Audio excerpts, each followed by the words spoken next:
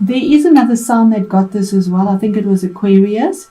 Maybe have a look at that as well, because you might be dealing with the same energies. And as I say, if this reading doesn't resonate for you, see whatever your rising sign is as well as your moon sign. Okay, so we have it here, and it says the key words for air dragon is inspiration, insight, and vitality. So your eclipse with the North Node in Gemini in your 11th house is the right way round. And the meaning is coming into contact with air dragon can be as a bolt of lightning to the psyche and intellect, and as such must be treated with care and considerable respect. Sometimes manifesting as sudden flashes of illumination, the air dragon brings insight and clarity to your thought and imagination. As conveyor of luminous power, the air dragon can be seen as a symbol of visitation, for he is a messenger of the sky god. And Gemini, as I mentioned before in a previous reading, is ruled by Mercury, which is the messenger. And that's where this eclipse is. Now, the other end of the spectrum of this eclipse is your 5th house. And there you have the South Node, so something that you're letting go of and releasing in your South Node on an emotional level. And that would be the reverse side of this card, because we're always dealing with the two opposing energies. And the reverse meaning, or the other end of this eclipse is, and this was already eclipsed in when we had our eclipse in Sagittarius. That's where the South Node is you may be in danger of becoming the servant of an idea, dogma, or belief system. And that's in your 5th house, where you could become a servant there. And remember, the 5th house is on an emotional level. This 5th house, where this energy is your enjoyment and fun on an emotional level, your relationship to children, your sense of happiness, your love of children, and also deals with romantic love. It's the fun house. It should be. It's leisure and enjoyment and fun. But you could be in danger of becoming a servant of an idea, dogma, or belief system. Contact with spiritual concepts and energies can sometimes stimulate the intellect in a way that produces inflation and delusion. To avoid this, constant reality testing in the everyday world of relationships and practicalities is essential. So that's the energies of the eclipse that is being eclipsed into situations for you, Leo, and these energies normally last for about 6 months or more, as things change in our life, as the universe brings through the changes. So now I wanted to start with that one, but I have been starting with this one.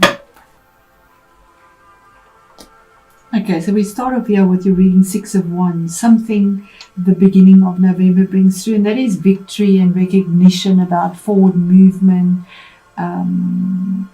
That something related to the past. 6s is getting balance, and it relates to the past normally with the 6. It is a karmic number, but there's forward movement and recognition here.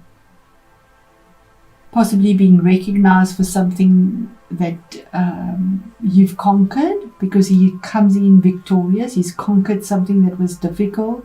It could be the graduation, or you finished your exams, or whatever it is that you were doing.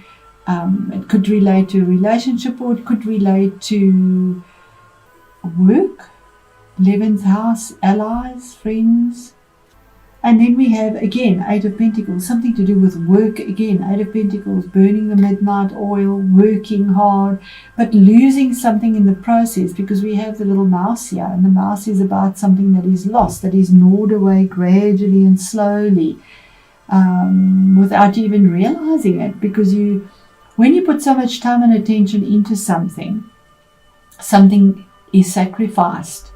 So studying, This could have been a graduation, studying, having put a lot of time into something that you were studying or working towards, or in your workplace to build up stability, something real and tangible. And you did catch something in the web. We have the spider on the web here. So something is caught there, regardless of the hard work that's put in and the sacrifices that have been made. 8 is a very strong number, and it is grounded energy. And again, Leo energy, fire, Knight of Wands, a goal and an intention, and moving towards it with great passion. This horse is not rushing. This horse is steadily moving forward. He's not blinkered. He knows where he's going. He's looking towards the future. Clothed in gold, yeah. Gold for something that is tangible, real, solid, valuable, and going for it with a lot of passion and forward movement. So you have a forward movement and changes. This could be somebody you're dealing with as well. It could be a fire sign. It needn't be. It could be a relationship. It could be a career, a project, but there's a goal and an intention and moving towards it in the future, growing it with passion. Could be dealing with a younger person, would be later 20s, early 30s as well. It is a general reading, so you need to put it where it resonates. 8 of Swords is what Spirit is saying. Again, another 8 here. So even though you're working so hard, you have all these worries. 8 of Swords is negative thoughts and ideas about issues and ideals and your long term, because it's at 11th house. Long-term goals and who's your alliances, who aren't, who are your friends, who aren't possibly. And you almost put yourself in denial here. Because she has her hands chained and she has her eyes covered because she feels that she is entrapped, enclosed with all this negative energy. But it's actually entrapment of the mind. It's not a reality. Yes, things can be difficult. There can be conflict because it's swords. So there is obviously some form of conflict. But it's not a reality. The difficulty can be transcended. She can release that blindfold and denial and set herself free. She's not trapped. She's trapped in her mind. What is hidden and you're not aware of it yet is the 2 of Pentacles. So that is about juggling. Juggling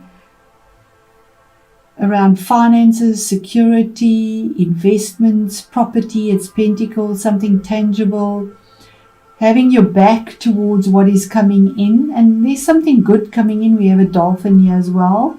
But there's a rainbow in this deck here. Being very grounded and earthed about a choice that needs to be made with regards to your finances or your home, your property, something that we need, something real, something that is solid, something that has value. There's a lot of value here. But yeah, the ship is coming in. It's anchored.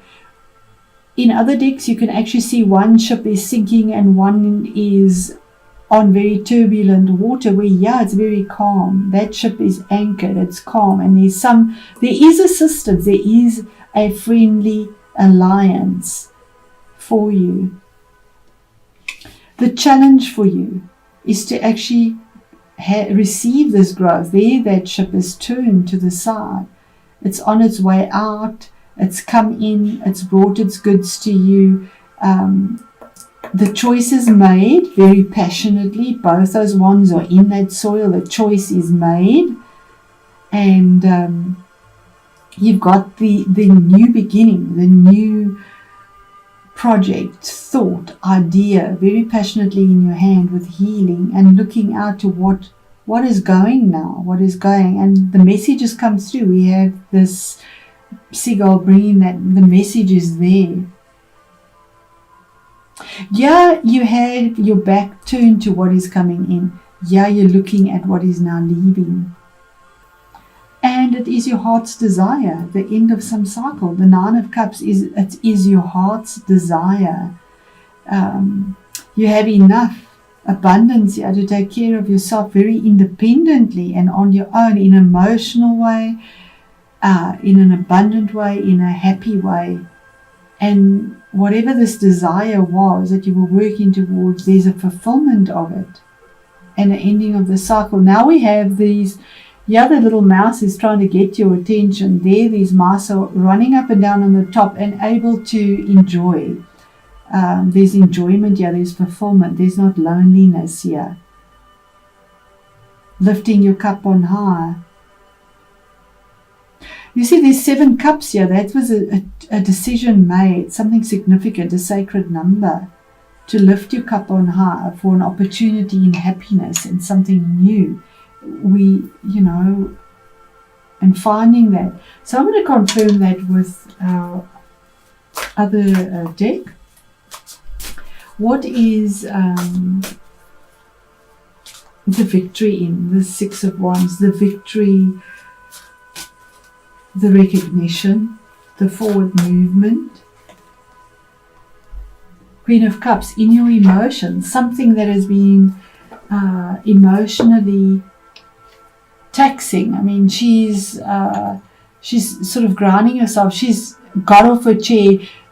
In other decks, the Queen is sitting on a chair. You've got off your chair. You've gone to go and fill your cup with your intuition. The eclipse, the lunar eclipse, to fill your cup from this abundance here. She's put her foot in there. In the background is the snake. The snake is the healing, but also turning your back on the snake. Whatever was the difficulty in this emotional situation. This is emotional support. You could be dealing with a mother or a nurturing type of feminine energy that is giving you some emotional support as well, and intuitive support that has given you the victory and the recognition to put effort into whatever this goal was that has kept you trapped, and to finally move forward. What is the entrapment about? What is the entrapment about, Spirit? And it is the 7 of Swords, from the 7 to the 8, about finally just making a decision, 7, that is very clear-cut and decisive, and delivering the message, the feather, with passion, but with wisdom. Because whatever this is that's keeping you entrapped here in your mind and in negative situations, here's a decision that you made that nobody expected. It's something, it's the card of having got away with it, or but we don't see him sneaking off with anything. This was thought out, planned, and decisively, clearly made. Those swords are resting there. They're all in front of him. Nothing is being snuck away in this deck. Out come the desire fulfilled, the happiness, the closing of a cycle on an emotional level to bring about abundance. And I'm there to take the bottom card here, and there we go. Again, swords, Queen of Swords. You have, this is very internal energies, and we have a lunar eclipse. Queens are internal energies of making a decision from your heart that is clear-cut. And you know, the head and the heart don't think the same, and yet you have combined the heart with the head to make something that is rock solid and yet emotionally fair and clear. She's seated here. She's ready to bleed for what she believes in. She's got her hand on her sword to remove what no longer serves her. And she's also grey. She's also aged with the decision to pick up that sword and make that decision. The 6 swords is moving to calmer waters. The 7th one is the decision made to move forward. to remove what isn't there. She's the woman that is normally on her own, the divorcee, the one that sets herself free. She cuts the ties.